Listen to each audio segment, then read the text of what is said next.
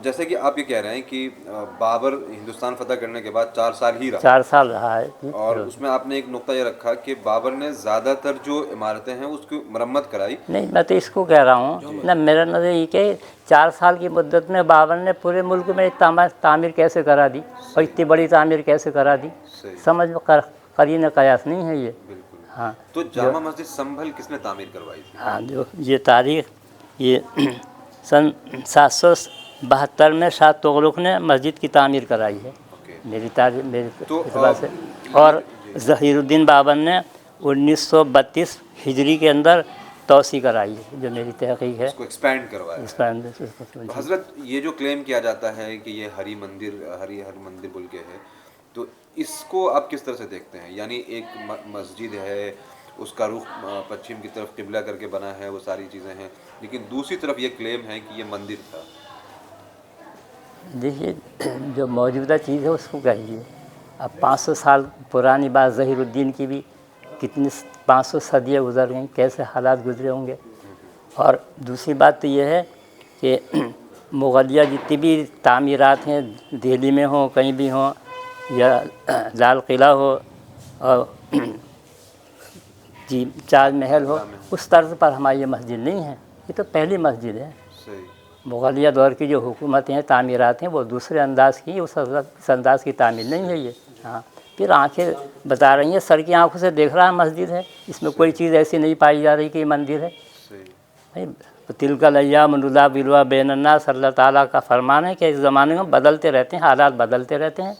ایسا حالات جیسے انسان ہوتے ہیں، ہر ایک کے نظریہ علیحدہ لگتا ہوا، اور ایک آیت کے اندر بھی ہے قل کل یعمل ولا شاکلتی، اللہ تعالیٰ کہہ رہا کہ آپ یہ اعلان کر دو محمد صلی اللہ علیہ وسلم کہ ہر ایک شخص اپنے نظریات، اپنے عقائد، اس کے اعتبار سے کام کرتا ہے، جو جس کا نظریہ ہوتا ہے اس کے دل سے بات نکلتی ہے۔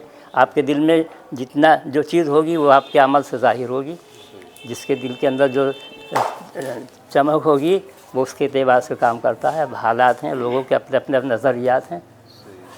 حضرت آپ نے جو ایک بات کہی، چونکہ میں اسلامک آرکیٹیکچر کا اسٹوڈنٹ بھی ہوں، تو وہ بات میں اچھے سے سمجھ پاتا ہوں کہ مغلیہ سلطنت کے دور میں جو بھی مساجد تعمیر کی گئیں یا جو بھی قلعہ بنائے گئے، تو اس کا اپنا ایک مخصوص اسٹرکچر ہوتا تھا۔ جی، جیسے کہ بابری مسجد جو 3 گنبد کا ہے، وہ انہوں نے تقریباً اس کو کنٹینیو کیا ہے، لیکن جیسے جامع مسجد سنبھل ہے یا مہرولی میں اور کچھ دوسری بھی مسجدیں ہیں جن کا نقشہ بہت الگ ہے۔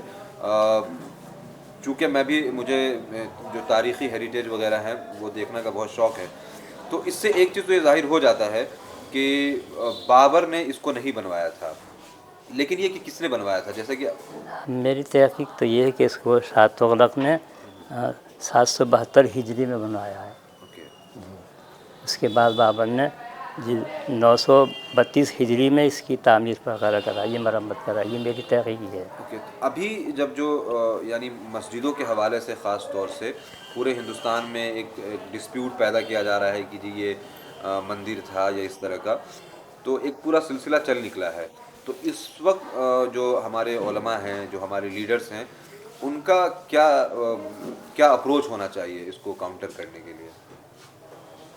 تو کتبات بھی ہیں، ہر چیز کے اس کے میں کتبات ہوں گے۔ ہمارے یہاں دربار کی ایک مسجد ہے، تو شاہ سکندر لودھی کی بنائی، اس کا کتبہ ہے، وہ دلالت کر رہا ہے۔ تو ایسی چیزیں ہوتی ہیں۔ مندر ہونے کی کیا ثبوت ہے؟ کوئی بھی ثبوت نہیں، مسجد ہونے کا ثبوت ہے۔ اگر اس کو کال کی افطار سے جوڑ کے دیکھا جا رہا ہے کہ کال کی افطار ادھر ہوگا، تو میں نے آپ سے بات قل کل یعمل ولا شاکلتی، اللہ تعالیٰ کہہ رہا ہے کہ ہر شخص اپنے عقائد نظریات کے اعتبار سے بات کرتا ہے، جس کے جو عقائد نظریہ اس سے دیکھ رہا ہے، وہ چیز ایک ہی ہے، چیز ایک ہی ہے۔ اس کو آپ کا نظریہ کچھ ہے، میرا نظریہ کچھ ہے۔ اس بنیاد پہ تو پھر یہ کہا جا سکتا ہے نا کہ وہ اپنے نظریے کی بنیاد پہ اگر دیکھ رہے ہیں تو پھر وہ اس پہ کلیم بھی کریں گے۔ بالکل اپنے نظریت کے اعتبار سے، لیکن سر کی آنکھیں بتا رہی ہیں کہ کھلی مسجد ہے یہ، اس کو کون مٹا سکتا ہے؟